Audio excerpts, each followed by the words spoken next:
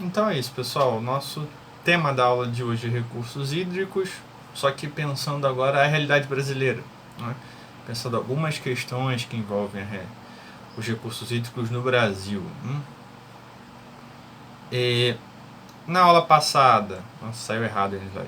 Na aula passada a gente estudou geopolítica da água, né? E vai ter, acho que tem tudo a ver com a nossa aula de hoje, né? Porque algumas bacias hidrográficas do país, né, são muito importantes, né? Tanto do ponto de vista nacional, regional, quanto do ponto de vista mundial. A gente vai ver daqui a pouco melhor.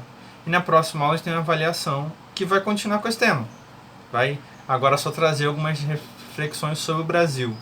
Né? Portanto, é importante fazer os exercícios da aula de hoje, retomar um pouco o que a gente debateu nas aulas, ver os vídeos que estão aí gravados já, acho que metade pelo menos das aulas estão gravadas. Dá uma olhada no simulado, também que é bacana, a correção tá lá, vai ajudar. E vamos lá, né? Por que né, é muito importante a gente pensar os recursos hídricos no Brasil, né? O Brasil é um país com grande capilaridade dos rios, os rios se ramificam por todo o território, né? Dispõe de 12% das reservas mundiais de água doce e apresenta a maior bacia e rede hidrográfica do mundo, a do Rio Amazonas. Isso aí já demonstra um pouco a importância e a abundância desse recurso na nossa sociedade. Né? A maior parte dos rios, claro, sem dúvida. Né? Quando a gente está pensando em desmatamento sobre qualquer bacia hidrográfica, né, a gente está impactando diretamente o regime hídrico, o ciclo hidrológico daquele lugar. Né? Eu ia falar isso mais à frente, mas não tem importância nenhuma. Né? O caso da bacia amazônica, o caso das queimadas na Amazônia no ano passado e ainda hoje. Né? E no Pantanal, que a gente está vendo agora, interfere demais no ciclo, nesse regime hídrico, né, dessa bacia. Né? E aí, quando a gente está falando de regime hídrico, a gente já conversou sobre isso, a gente está falando dos usos desse regime, está falando de pesca, a gente está falando de todo, né, uma rede, né, da biogeofísica, né, da vida que envolve aquele rio, que é importante. E a vegetação tem um papel fundamental, sem sombra de dúvida. Né? Quando a gente está. É óbvio que a queimada, quando a gente observa uma queimada, quando a gente vê no jornal uma queimada, a gente vê basicamente é o que nos impacta aos nossos olhos, né? É a fauna, é a flora, né? Mas, né, uma queimada dessa modifica a vida daquele lugar. Né? Uma queimada, né, de grande extensão, como que a gente está vendo agora no Pantanal, por exemplo. Né? Sem sombra de dúvida, isso é uma característica, né? Isso é um fenômeno que interfere na dinâmica hídrica de qualquer bacia hidrográfica. Né?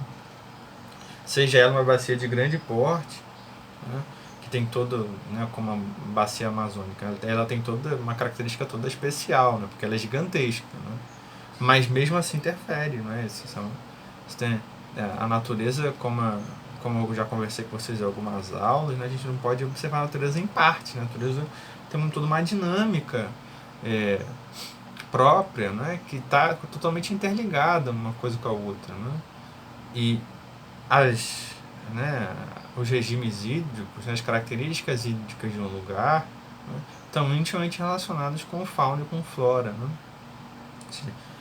Isso é uma dinâmica aí, com relevo, né, com toda uma dinâmica natural que se retroalimenta, né, que é um ciclo sem fim. Né? Portanto, se a gente impacta uma parte desse ciclo, a gente está tá mexendo na cadeia, né, mexendo nessa dinâmica de forma muito significativa. Portanto, sem dúvida, Luiz, quando a gente está vendo uma queimada, a gente pode ter por trás esse pensamento, né? Bom, ali tem um regime hídrico que é importante ser preservado também. Né? Bom, voltando aqui à nossa reflexão, né? O Brasil, né, tem uma característica hídrica bastante específica, ou seja, 12% das reservas mundiais de água doce, isso tem uma característica, né, dá uma importância para o território nacional bastante grande, né?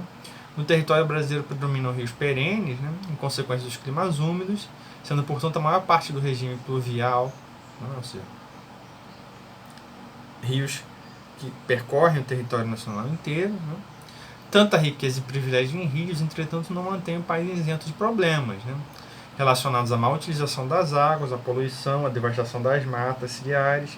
Entre as características mais marcantes da geografia brasileira, a gente pode destacar alguns pontos específicos. O primeiro, o Brasil não tem lagos. Né? O Brasil não tem formação de lagos no seu território. Predomínio de rio de planalto. Né? O Brasil, né, não tem, como a gente viu lá na geomorfologia, lá no início, o Brasil não tem dobramentos modernos. Né? O Brasil não tem áreas de altitude elevadíssima. Né? Isso facilita o curso dos rios, facilita a navegação no território. Né? A maioria dos rios é perene, né? E com drenagem exorreica, né? Correm do interior para o mar, né? Para o litoral. Né? A foz dos nossos rios, ele é quase sempre um estuário, quase sempre tem uma vida ali importantíssima, né? Isso reflete sobre o que eu falei um pouco anteriormente, né? Ou seja, quando a gente está falando de todo um uso, toda uma dinâmica social, né? Inclusive, né? Porque quando a gente está falando de estuário, a gente está falando que os peixes habitam ali aquele lugar de forma bastante significativa, portanto os rios a gente não pode ver sobre esse curso d'água, né? A gente tem que ter uma fauna, tem uma flora que está completamente integrada a esse curso d'água. Né? O nosso regime hídrico está intimamente ligado com o nosso regime de chuva, né? Com o nosso clima tropical, né? um clima úmido, com bastante chuva ao longo do ano inteiro. Né? Obviamente o nosso inverno é mais seco, a gente vai ver isso melhor no nosso quarto bimestre. Né? Mas quando a gente está pensando no nosso curso de rio, a gente está pensando no ciclo hidrológico, como a gente viu anteriormente. Né? E as chuvas têm um papel muito importante nisso. Né? A gente vai completar esse esquema nas nossas próximas aulas. Né? E a gente tem grande potencial para navegação e isso aí tem uma característica econômica importante. Né? A gente poderia optar mais pelo escoamento da produção do país pelo rio. A gente não faz isso. Por várias características, mas eu diria que a gente tem um subaproveitamento dessa característica no território. Né? A gente optou pela estrada. E aí tem uma relação dinâmica da natureza e economia aí. Né? Um rio, ele não é só um curso d'água que você pode ir lá pescar e nadar. Né? Um rio pode ter vários usos ainda pensando, né, pelo ponto de vista da poluição, usos pouco poluentes, dependendo do uso desse rio. Né? Por exemplo, só para dar um exemplo factível disso, na região norte, a gente tem, né, as hidrovias muito mais aproveitadas do que no resto do país. Né? Tem um uso de mobilidade pelo território da região norte, né, que é muito importante. O rio tem um papel muito importante. Né? A estrada deixa de ser central.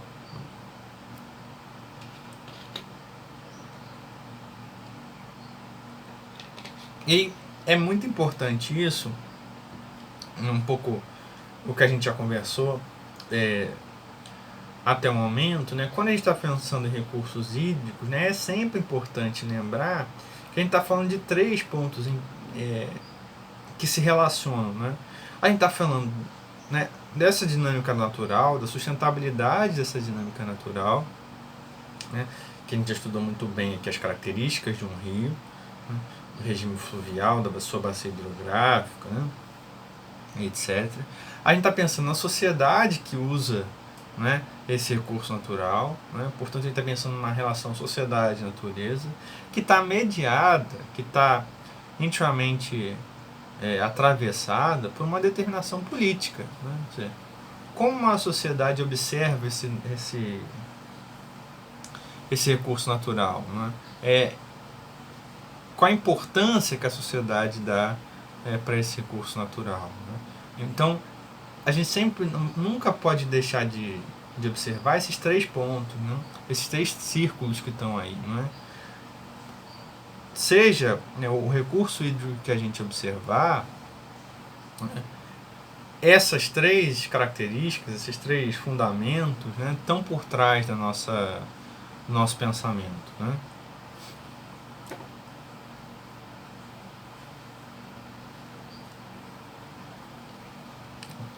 E agora a gente deixa de pensar de formas muito gerais das características do território e dos recursos hídricos no Brasil. Né? A gente pensa em alguns casos específicos, né? E aí é a divisão do Brasil a partir das suas bacias hidrográficas, né? A gente vai estudar 2 casos específicos que são muito importantes, né? E que tem aí dinâmicas, né, completamente específicas também, porque lembra quando eu apresentei a definição de bacia hidrográfica para vocês, né? Eu falei disso, né? A bacia hidrográfica ela pode ser também ser uma definição de planejamento da vida, né? Ou seja, a bacia hidrográfica tem toda uma dinâmica que a natureza, que a dinâmica natural nos coloca, né? Porque ela dá uma certa unidade aí né, produtivo, inclusive, econômico e social, né, de uso desse território, né? Portanto, uma das bacias hidrográficas que a gente já falou aqui no início da aula e que vamos olhar agora algumas das características dela, muito importante, né, é a bacia amazônica, né? Corresponde à maior bacia hidrográfica do mundo. Além do território brasileiro, abrange território de outros 7 países da América do Sul, estendendo por cerca de 6,7 milhões de quilômetros quadrados. Né? E aí isso faz completa relação com o que a gente estava discutindo na nossa aula passada, que é a geopolítica da água. Né? Ou seja, essa bacia hidrográfica é tão importante, ela é tão grande, né, que ela não está só no território brasileiro. E, portanto, a necessidade de pactuação, de proteção, de recursos para proteção desse conteúdo, dessa dinâmica, né? Ou seja, desse território, dessa bacia hidrográfica. Ou seja, a bacia amazônica ela é um caso emblemático, né, para a gente pensar a geopolítica da água no Brasil. Para a gente pensar como, né, o Brasil cuida desse recurso natural. Ao mesmo tempo, qual é o interesse, qual é o diálogo, qual é a participação de diversos países no mundo, né?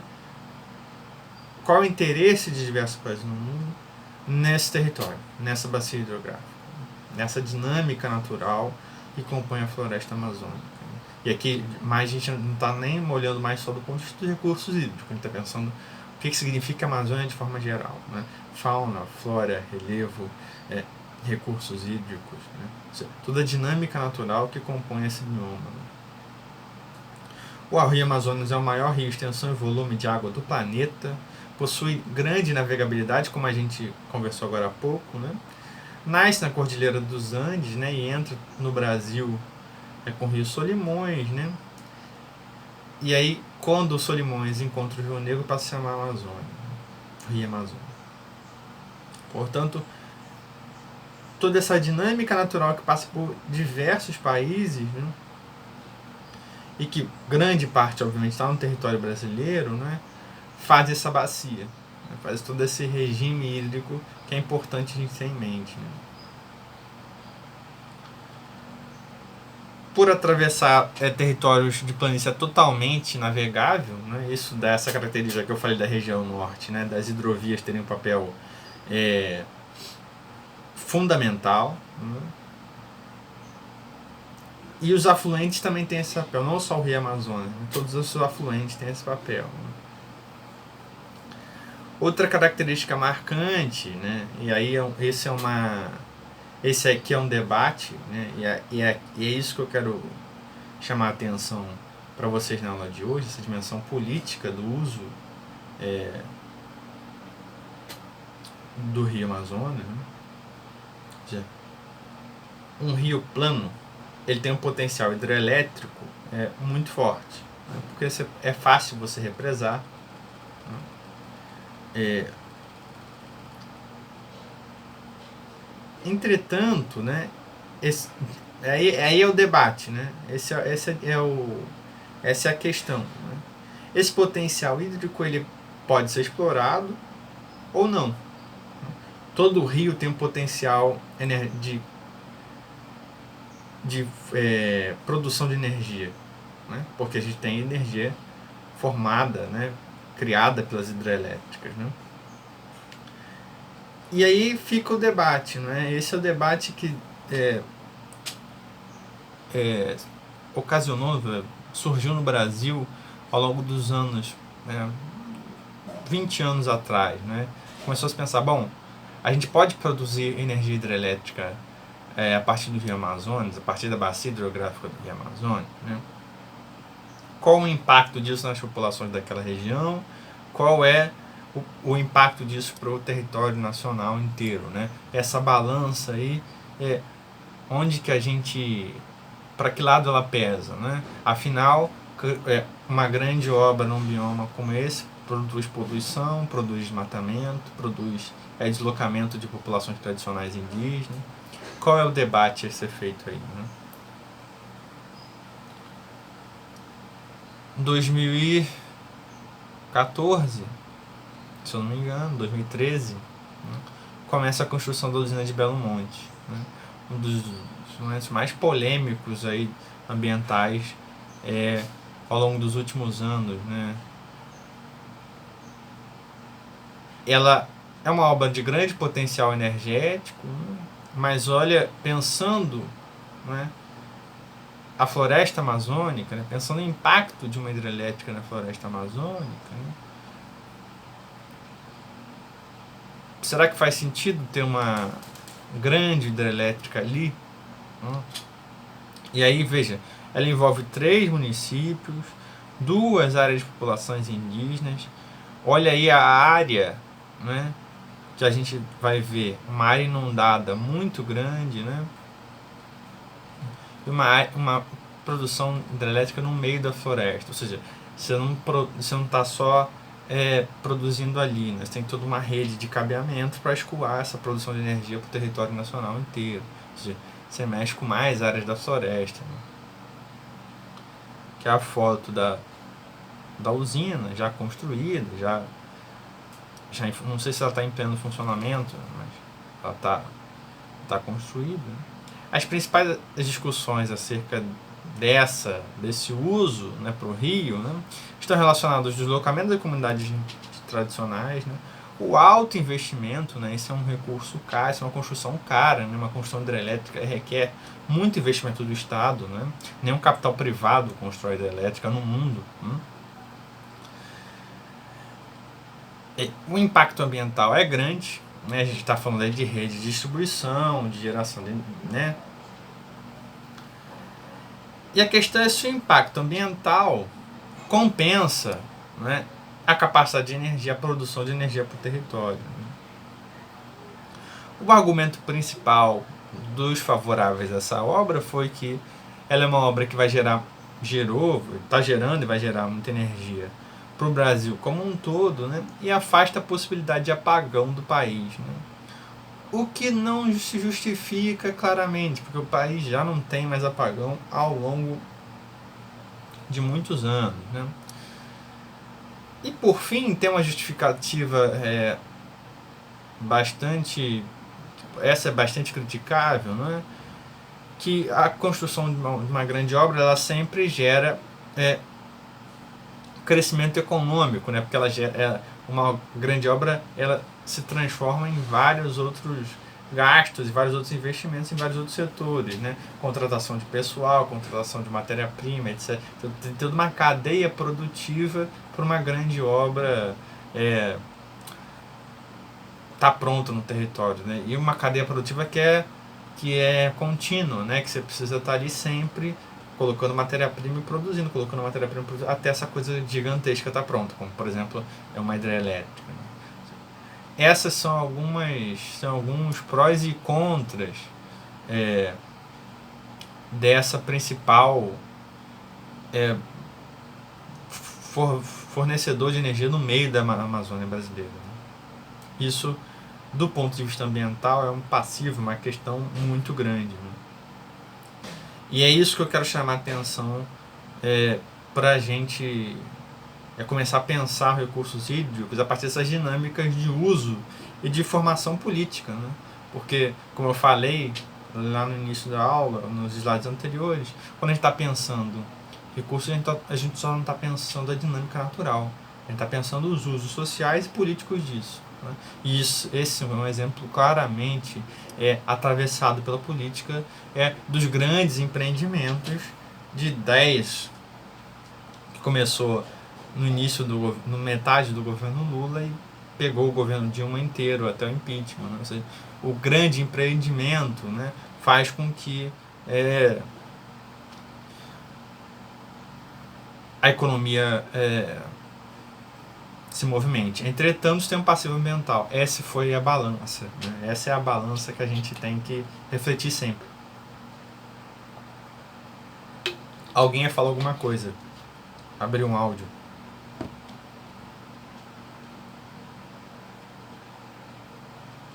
Não? Tem aqui um...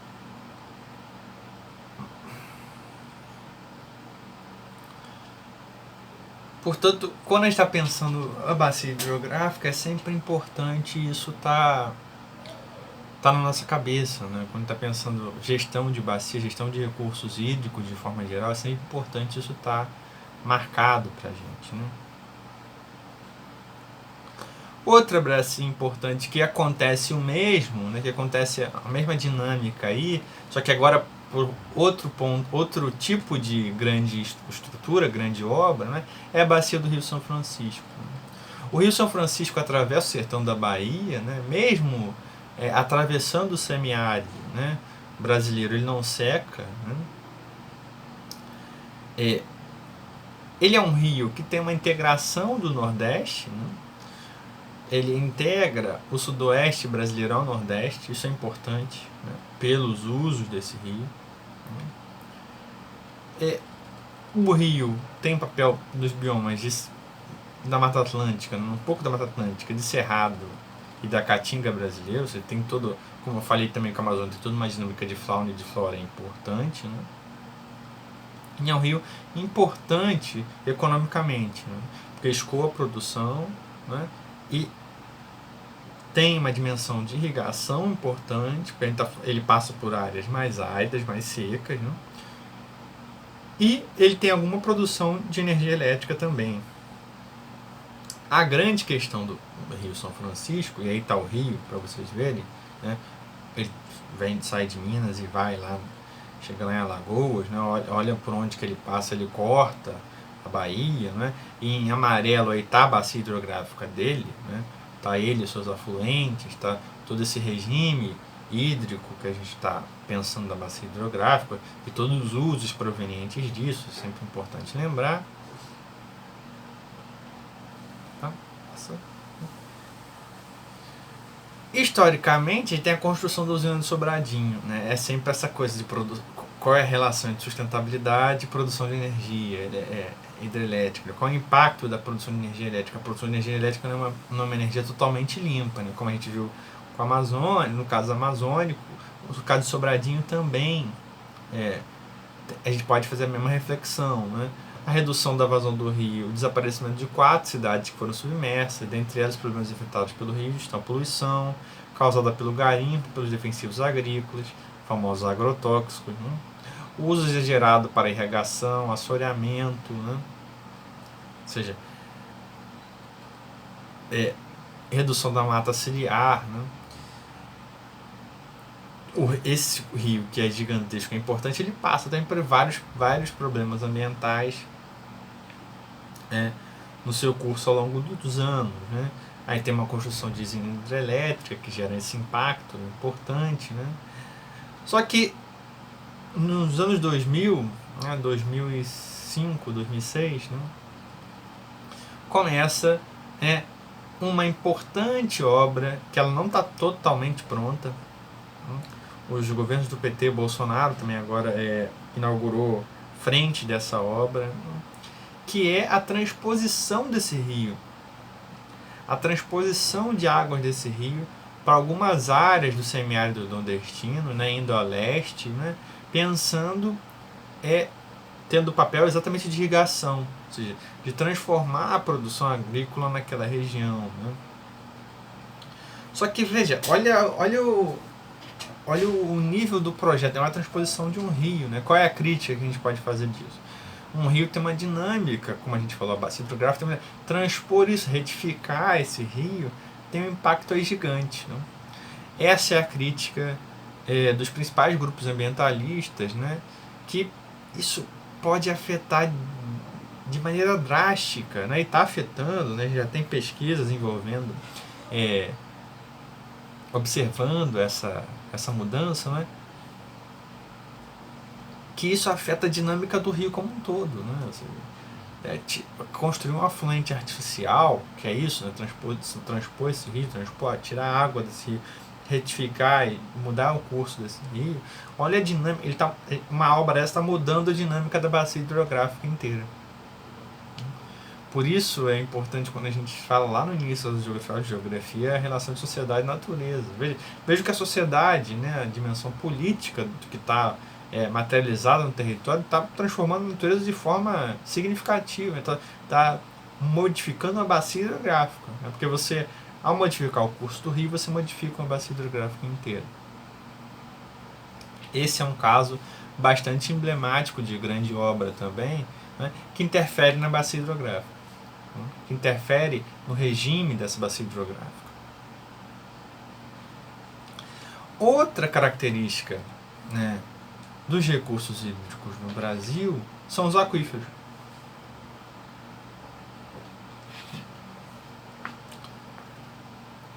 O Brasil tem o privilégio, né, de ter um regime de chuva e formação de rios que tem capilaridade em um território bastante significativa, mas também tem o privilégio, né, de ter esses verdadeiros reservatórios de água, que são os aquíferos. Né? O Brasil possui 70% de área do aquífero Guarani, e o resto dessa área está nos países vizinhos, Argentina, Paraguai e Uruguai. Olha a geopolítica da água de novo aí. Né? Olha a necessidade de diálogo para a proteção desse recurso importante que é o aquífero Guarani. Por isso a geopolítica da água é sempre importante, por isso a gente estuda ela antes para pensar a realidade brasileira. Né? É considerado o maior do mundo em quantidade de água, né? Ocupa uma área total de aproximadamente 1.200.000 km², né? Com cerca de 45 quatrilhões de litros de água armazenados. Olha a quantidade de recurso de água que tem aí, né? A quantidade de recurso hídrico que tem. Né? Aí o mapa dele, não é? Olha também os estados, né? E aí tem uma questão importante, muito importante para a gente pensar agora, né? Ele está em cima do Pantanal, o Pantanal está em cima dele, né? Uma parte do Pantanal está em cima dele. E veja, né? O agronegócio brasileiro atua fortíssimo nessa região. É importante a gente ter em mente isso, né? Ou seja, a proteção desse recurso é importante. A gente está pensando aí os recursos hídricos a longo a médio prazo. Né? Se o agronegócio brasileiro utiliza essa água para irrigação sem ter nenhuma reflexão sobre o que significa isso, né? A gente está tirando esse recurso de forma significativa, está afetando esse recurso de forma significativa também. E outra coisa que é muito importante é que eu já vou conversar com vocês, é que quando a gente está pensando recursos hídricos, a gente também está pensando, né, essa relação de forma geral, está pensando em relação sociedade e natureza, mas num país, né, que tem grandes cidades como o Brasil, uma sociedade de forma geral, penso no mundo, que já está totalmente urbanizada, né, ou seja, 50 mais 1% da população está está vivendo nas grandes cidades desde 2014, né, é sempre importante lembrar, né, que esses cursos de água mais diversos no Brasil também atravessam cidades. Atravessam cidades e isso dá toda uma característica, não é, que se relaciona diretamente com a dinâmica desse rio. Por exemplo, quando a gente está falando de cidade, a gente está falando de asfalto, de concreto, de canalização desse rio. Né? A gente modifica drasticamente a drenagem desse curso de água. Né? Eu mostrei para vocês lá na nossa primeira aula sobre recursos hídricos, mapas de Belo Horizonte, de São Paulo, do Rio de Janeiro, né? Como as principais cidades do Brasil têm rios ao longo de toda a sua extensão, entretanto a gente caminha pela cidade e não vê, né? Esses rios estão todos debaixo da terra e provavelmente a maioria é poluído. Né? Qual é o impacto urbano disso? Né? O primeiro, né, são as enchentes. Quando a gente canaliza um rio, a gente controla a área da vazão dele. Se ele ainda está poluído, ele está assoreado, ou seja, ele perde a capacidade de escoar de forma significativa, esse rio transborda com grandes chuvas, né? Principalmente as chuvas de verão aqui no Brasil, né? Fevereiro ou março, né? No Rio de Janeiro, fevereiro e março, é certo, você tem áreas da cidade que se alagam de maneira bastante catastrófica, né? Tem perdas econômicas, perdas sociais, mortes, etc. Né? Um outro ponto de vista em relação a isso, né, é o impacto social que a gente está pensando. Né? Rios poluídos, né, significam áreas de baixo valor da renda do solo, né? Ou seja, áreas que a população pobre busca morar ao longo do tempo. Né? Se essas áreas estão poluídas por alguma forma, a gente tem aí um ciclo, né, que também impacta a moradia dessa população. Né? Ou seja, tem uma relação aí que é bastante importante a gente pensar, né, que é a relação entre moradia, habitação, recursos hídricos e cidade de maneira geral. Né? Ou seja, a gente precisa proteger esses cursos, né? Esses cursos lá que atravessam a nossa cidade. Você volta lá o exemplo do Tâmisa que a gente estava conversando aqui no início, Luísa. Mas a gente tem formas de despoluição, a gente tem formas de gestão desse recurso. Né? A gente tem formas de pensar a bacia hidrográfica que compreende uma cidade, ou as bacias hidrográficas que estão numa cidade, e consegue despoluir, consegue ter capacidade técnica e tecnológica de gestão disso. Né? Replantar mata inascente, replantar mata ciliar, fazer gestão urbana, planejamento urbano, para que as áreas que esse escoamento dessa